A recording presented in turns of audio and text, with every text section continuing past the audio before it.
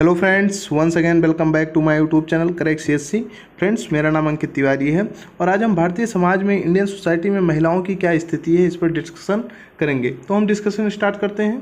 Friends, हम देखेंगे महिलाओं की संवैधानिक स्थिति क्या है, सामाजिक स्थिति क्या है, आर्थिक स्थिति क्या है, राजनीतिक स्थिति क्या है, और फिर एक समाधान देखेंगे। इन सब पे डिटेल से डिस्कशन करेंगे। तो हम पहले देखते हैं संवैधानिक स्थिति क्या है, हमारे संविधान में महिलाओं के बारे में क्या वर्णन है। तो हमारे जो संविधान का प्रियम्बल है, जो प्रस्तावना है, उसमें भी सामाजिक, आर्थिक, राजनीतिक न्याय की बात की गई है। और इसके अलावा संविधान का जो मूल अधिकार है भाग 3 में, उसमें जो है अनुच्छेद जो 14 है, आर्टिकल 14, उसमें समानता का अधिकार, और अनुच्छेद 23 जो शोषण के विरुद्ध अधिकार की बात करता है। और इसके अलावा एक और अनुच्छेद है, अनुच्छेद 17, जो अस्पृश्यता से उन्मूलन की बात करता है। और राज्य के नीति निर्देशक सिद्धांत जो है अनुच्छेद 39 का, ये समान जीविका के अवसर देने के लिए राज्य प्रयास करेगा। और इसके अलावा समान कार्य के लिए समान वेतन, कार्य करने की दशाएं मानवीय हों। यानी कि ये जो मौलिक अधिकार में दिया गया समानता का अधिकार, इसमें अपेक्षा की गई कि आप समानता का अधिकार दें, चाहे महिला हो चाहे पुरुष, और शोषण किसी के साथ जो है ना हो। और जो 39 का है, इसमें राज्य के लिए स्पेशली ये कहा गया है कि राज्य प्रयास करेगा कि जो भी वो अवसर दे, उसमें महिला और पुरुष सबको समान भागीदारी का अवसर दिया जाए। और जो समान कार्य के लिए समान वेतन हो। पहले ऐसा क्या होता था कि पुरुषों को वेतन किसी कार्य के लिए ज़्यादा दिया जाता था, जबकि उसी कार्य के लिए महिलाओं को कम दिया जाता था। तो ये भी कहा गया कि समान कार्य के लिए समान वेतन हो, और जहाँ भी वो कार्य कर रहे हैं वहाँ की दशाएँ मानवीय हों, यानी कि वहाँ पे आराम करने की, वहाँ पे पानी की व्यवस्था हो, वहाँ पे जो मतलब एक बेसिक नीड है वो होनी चाहिए। इसके अलावा मौलिक कर्तव्य जो अनुच्छेद 51 का में है, उसमें भी कहा गया कि महिलाओं के खिलाफ जो अपमानजनक प्रथाएं हैं उनका त्याग किया जाए। और संविधान का जो अनुच्छेद है 243, उसमें भी महिलाओं के पंचायत और नगर पालिका इंस्टीट्यूशन में 33% आरक्षण की बात की गई है। तो ये काफ़ी अच्छा फिगर है। अब हम देखेंगे सामाजिक स्थिति क्या है। तो आज भी भारतीय समाज पितृसत्ता की विचारधारा से जकड़ा हुआ है। महिलाएं दोयम दर्जे पे हैं, क्योंकि महिलाओं को न सिर्फ पारिवारिक सदस्यों बल्कि समाज से भेदभाव का सामना करना पड़ता है। और ऐसा कहा जाता है, जो हमारा एक पुराना समाज है, जो ट्रेडिशनल लोग हैं, वो ऐसा कहते हैं कि प्रकृति ने पुरुष को महिलाओं के अपेक्षा शारीरिक रूप से ज़्यादा मजबूत बनाया है। यह धारणा समय सभ्यता के साथ मजबूत होती गई। हालांकि मैं इस फैक्ट को नहीं मानता और ये सही भी नहीं है, बट फिर भी ये ऐसा भी हमारे समाज में जो पुराने लोग हैं वो ऐसा मानते हैं। और अगर हम देखें कि सिंधु घाटी सभ्यता और सातवाहन की सभ्यता को हम छोड़ दें, तो महिला प्रधान समाज कोई भी नहीं रहा। तो ये भी एक चिंताजनक स्थिति है। और अब अगर हम रिसेंटली बात करें, तो राष्ट्रीय परिवार स्वास्थ्य सर्वेक्षण की भी हालिया रिपोर्ट जारी हुई थी, जिसमें कहा गया कि 15 वर्ष की हर तीसरी महिला को घरेलू हिंसा का सामना करना पड़ता है। फ्रेंड्स, ये एक इम्पॉर्टेंट फैक्ट है कि अभी भी हमारे यहाँ 18 वर्ष सिर्फ कागजी उम्र है कि महिलाओं की इसमें शादी होती है, जबकि बहुत कम उम्र में शादी कर दी जाती है। तो ये एक फिगर बताया गया है। और एक और इम्पॉर्टेंट जो तथ्य दिया गया है वो ये कि महिलाओं के साथ जो भी डिस्क्रिमिनेशन या जो डोमेस्टिक वायलेंस होते हैं, उसमें 38% उनके पुरुष साथी या फिर परिवार द्वारा किया जाता है, यानी कि उनके हस्बैंड या फिर फैमिली में किसी व्यक्ति के द्वारा उनके साथ डोमेस्टिक वायलेंस किया जाता है। और अगर हम देखें एक अन्य फैक्ट कि देश के 20 लाख से ज़्यादा जो आबादी वाले प्रमुख 19 शहर हैं देश के, उसमें सबसे ज़्यादा दुष्कर्म की घटनाएं होती हैं। अकेले राजधानी दिल्ली में 33% दुष्कर्म की घटनाएं होती हैं। NCRB नेशनल क्राइम जो है रिकॉर्ड ब्यूरो का एक डाटा है, इसमें कहा गया है कि 2016 में 38,947 बलात्कार के मामले देश में हुए थे। एक और समस्या है जो महिलाओं के साथ, वो ऑब्जेक्टिफिकेशन ऑफ वुमेन, यानी वस्तुकरण, महिलाओं को वस्तु के नज़रिए से देखना।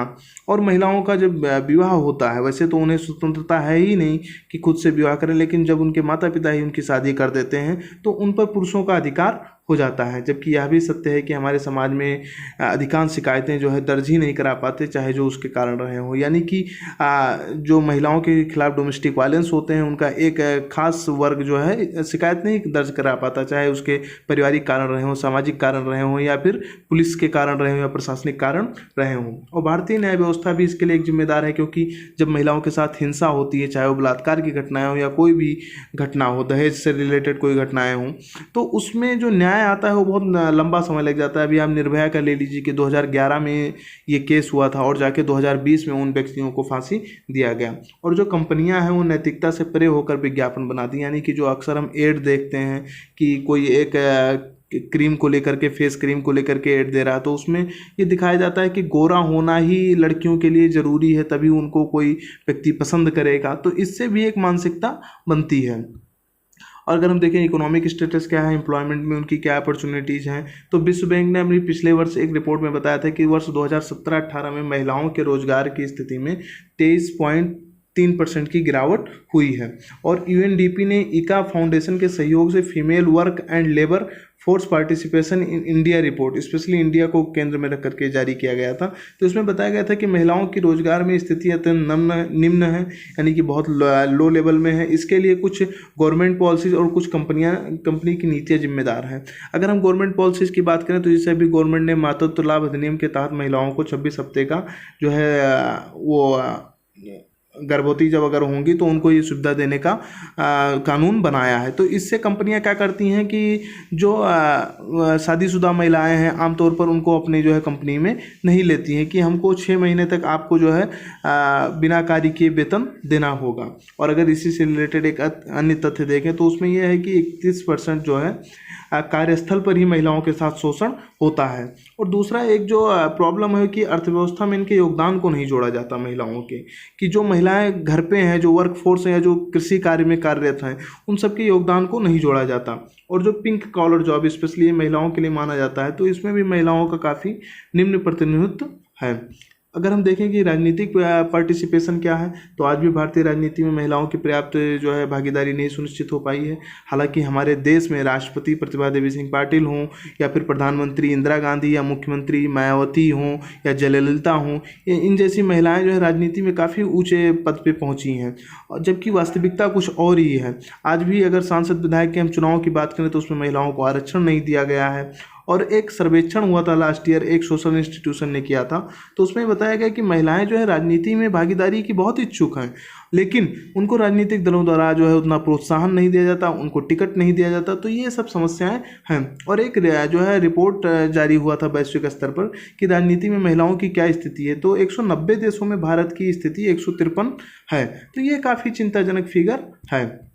अब हम देखेंगे समाधान क्या होना चाहिए। प्रॉब्लम्स तो बहुत सारी हैं, लेकिन समाधान क्या होना चाहिए। तो मनुस्मृति एक ग्रंथ है जिसमें कहा गया है कि यत्र नारीस्त पूज्यन्ते रमन्ते तंत्र देवता, यानी कि जहाँ स्त्रियों का सम्मान होता है वहाँ देवता निवास करते हैं, लेकिन जहाँ स्त्रियों का सम्मान नहीं होता वहाँ भगवान की पूजा करने के बाद भी भगवान नहीं आते।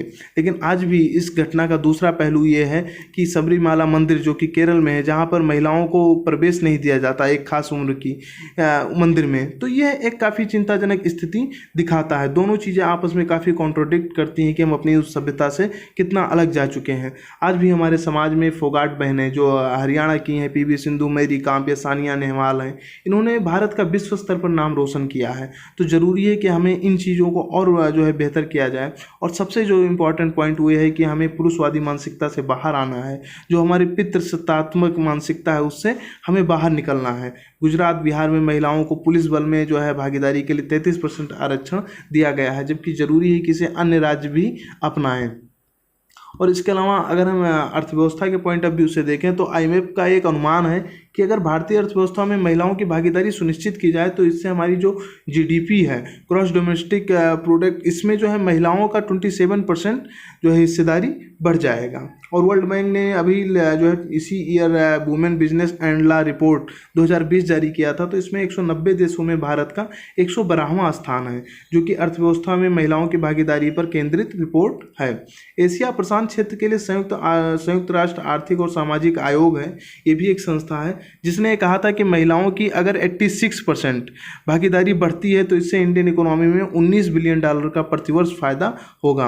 अगर हम देखें रोजगार के एक डाटा के माध्यम से, तो रोजगार में शहरों में जो है भागीदारी महिलाओं की वो कम हुई है, 41% से घट करके 39% हो गई है, जबकि ग्रामीण क्षेत्रों में ये 55 से बढ़ करके 57 हो गया है। ग्रामीण क्षेत्रों में बढ़ने का रीज़न ये है कि वहाँ पे जो रोजगार है उसके अवसर कम है, तो इसलिए महिलाएं बहुत ज़्यादा वहाँ बार्गेनिंग नहीं कर पाती। उन्हें जहाँ भी कम वेतन पे अवसर मिलता है तो उसे तुरंत ज्वाइन कर लेती हैं।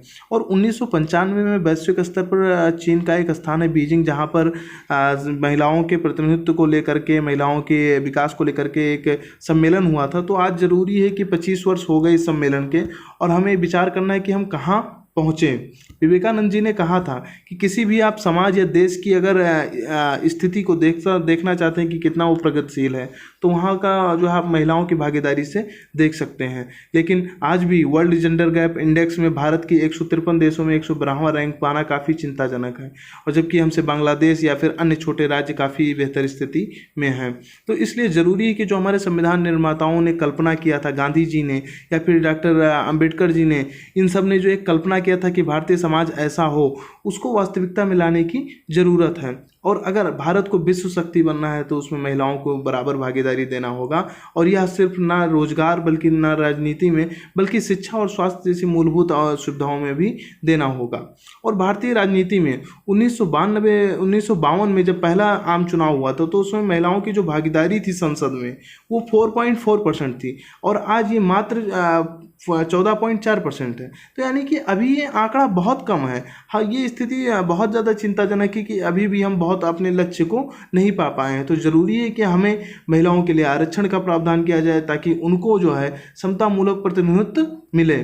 और एक हम निष्कर्ष देखते हैं कि निष्कर्ष क्या होना चाहिए। तो भारतीय समाज में महिलाओं को सशक्त बनाना हमारे आने वाले कल और हमारे भविष्य के लिए महत्वपूर्ण है। अब समय की मांग है कि महिलाओं को गरिमापूर्ण और उचित प्रतिनिधित्व दिया जाए, क्योंकि विकास के लिए महिलाओं के सशक्तिकरण से बेहतर कोई उपकरण नहीं होता। एक कहावत है जो है कोफी अन्नान जी ने कहा था कि अगर आप किसी एक महिला को शिक्षित करते हैं तो आप एक व्यक्ति को नहीं बल्कि एक पूरे परिवार, एक समाज को शिक्षित करते हैं। फ्रेंड्स, आज के इस डिस्कशन में इतना ही। आपको ये वीडियो कैसा लगा कमेंट के माध्यम से जरूर बताएं, एंड प्लीज़ लाइक कीजिए, शेयर कीजिए और चैनल को जरूर सब्सक्राइब कीजिए। Thank you friends.